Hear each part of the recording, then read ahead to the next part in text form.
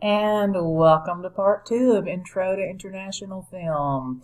So we're going to try our best to get in here to the syllabus. Hopefully everything's going to move along. I secretly made my device the priority device on the Wi-Fi. So hopefully that'll put me in front of the PS4 and the Chromebook and all that stuff. So this is the syllabus. There's a cute little picture of Alfred Hitchcock and Francois Truffaut, one of my favorite French filmmakers. So I'm going to skip through all this first part of the syllabus, and I'm going to start right here with academic and technical support. And if I have time, I will go back and talk about the information at the beginning of the syllabus.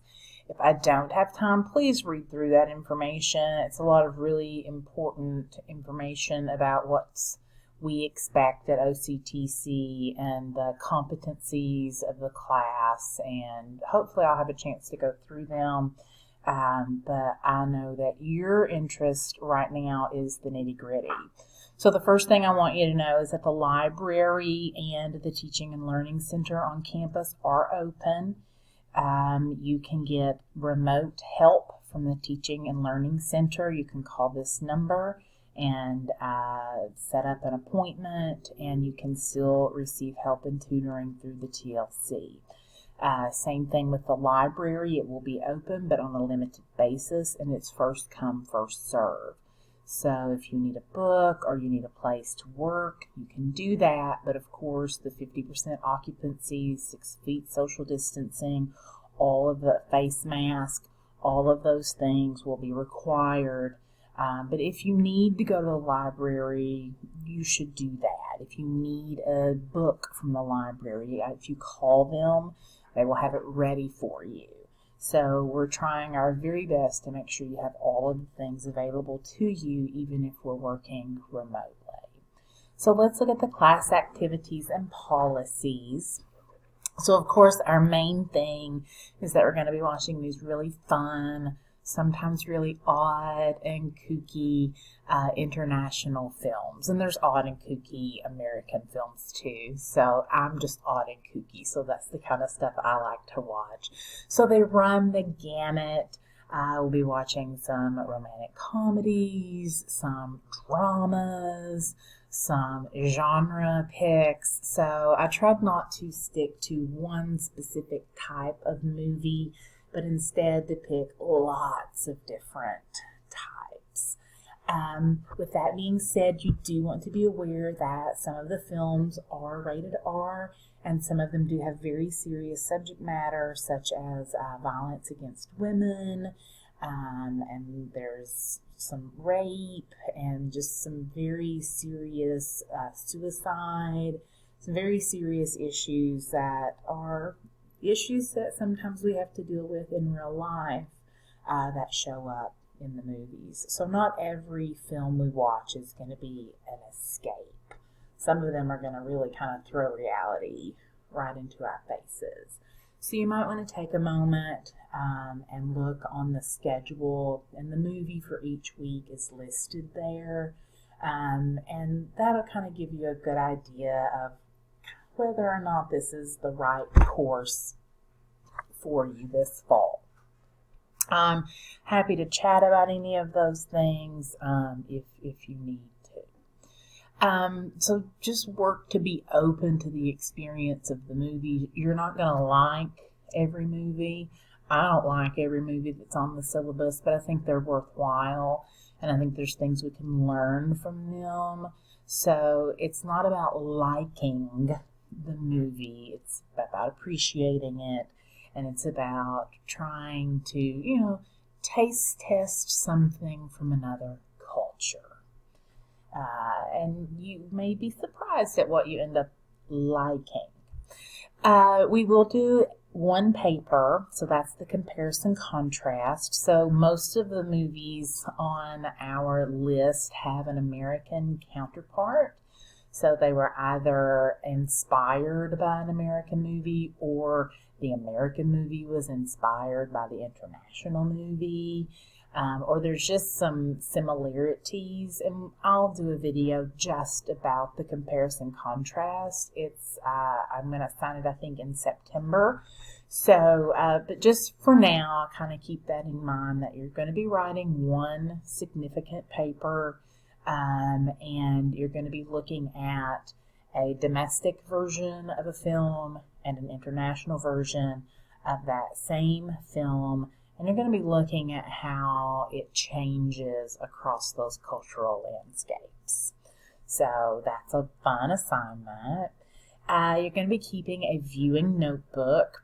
I think the best way to keep this is just to keep either a composition notebook of your own, or if you want to type them up, you can, but I'll have a link to submit this, and you can submit screenshots of your composition notebook, or you can just submit the pages that you've typed up. I don't care. I use a composition notebook because I am scratching and writing things down the whole time that I'm watching the movies, questions that I have, things that I notice. So this viewing notebook is something that you will have with you while you are watching the movie. So even something as simple as this could work. And so it's small, and you've got your pen. And I always like to sort of make little boxes. So over here, and I might have like color listed there. So what are cool things in the movie that have to do with color? Or I might have symbols over here. And I always have to have a place to list the characters' names. So if I don't, there's no way I'll remember. And so I list those down as the characters come on the screen. Some students don't like the viewing notebook because it does require you to sort of take your attention away from the movie, especially if the movie has subtitles, and so you're trying to read and write things down at the same time. So your viewing notebook may not be as detailed and as in-depth as mine may be, simply because I've seen the movies multiple times, but every time I watch them, I do a new viewing notebook, and I see different things each time. So it's a good way to have things ready for when we do the discussion boards. So I'll take this up at midterm, and I'll take it up again at the final, and it'll end up being about 100 points. So it'll be about like a paper grade. No complete sentences. You can draw, sketch things in there. It's really informal, but I do want you to kind of keep a record of what you're thinking or even feeling when you're watching the movies. So the next thing is what I wanted to spend a little bit of time talking about, and that's the cultural component. So one of the best things about English 282 for me is I get to learn all these awesome things about other cultures. So culture is a very varied thing. Even within cultures, you have subcultures. So, it's like this rabbit hole that you can go down and down and down and down. So one of the things we're going to do is each of you is going to select what I've called a cultural component. So, and some of them are listed here. So religion, education, fashion, music, film, politics. And for 4 of the movies that we watch, you're going to do a cultural component for the country that movie comes from. So when we do Amélie, that's a French film. So if you're interested in France, and maybe your cultural component is desserts, then you're going to look up some information about desserts in France, and then you're going to write up a little short 1-page summary that includes the documentation for the sources that you looked at, and you'll submit that over in the cultural component folder on the Wednesday of the week that we look at those movies. And you only have to do 4. So I think there's maybe like 10 countries on the syllabus, and you're only responsible for looking at 4 of them. So that's something else you might want to do, is look at the country list and be like, I don't know if I really want to do anything for France, but yeah, I totally want to do something for Japan. So you can pick and choose the countries that you use. One thing I do need everyone to do is I need you to send me an email that has what you want to use as your cultural component. So you can pick one of the things here. Some of the best ones have been a little quirky. So one time a student wanted to look at cheese. So he looked at how cheese was used in each of the countries, and that ended up being really interesting. So I think that there's lots of things to pick, and there's only 15 of us, so we should be pretty good. Once a component is spoken for, it's off the table. So I will send out on Wednesday the ones that have already been taken, if there are still people who need one. So, and I can help you come up with a great one that's not on here is like wedding traditions. That one's really good.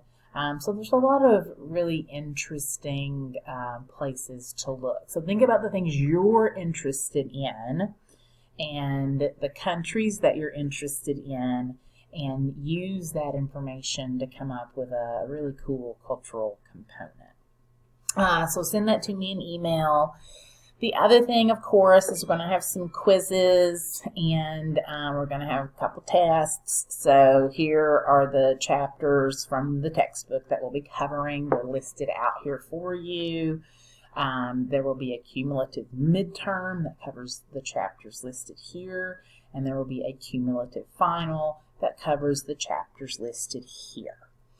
I showed you the discussion boards in part 1. I hope to do some Microsoft Teams meetings with you. I've heard it works a little better than Blackboard Collaborate. So look for that to be coming up next week. I will be using the Learn Smart textbook. I hope to have that up and running by Wednesday. We do a final project instead of a final paper. So you get to actually make something that's connected to one of the films or one of the countries, either or. Probably not going to have to worry about makeup class, although if you miss the Teams meetings that we have, I'll record those and you'll be able to go back and watch them to get the credit for participation for that. I'm hoping we won't have any issues with the weather. It is possible, I guess, that something could happen to the internet, like an ice storm or a windstorm or something like that. So we'll just play that by ear. The paper needs to be turned in on time. The due date for it's already on the syllabus. So be prepared and plan for that.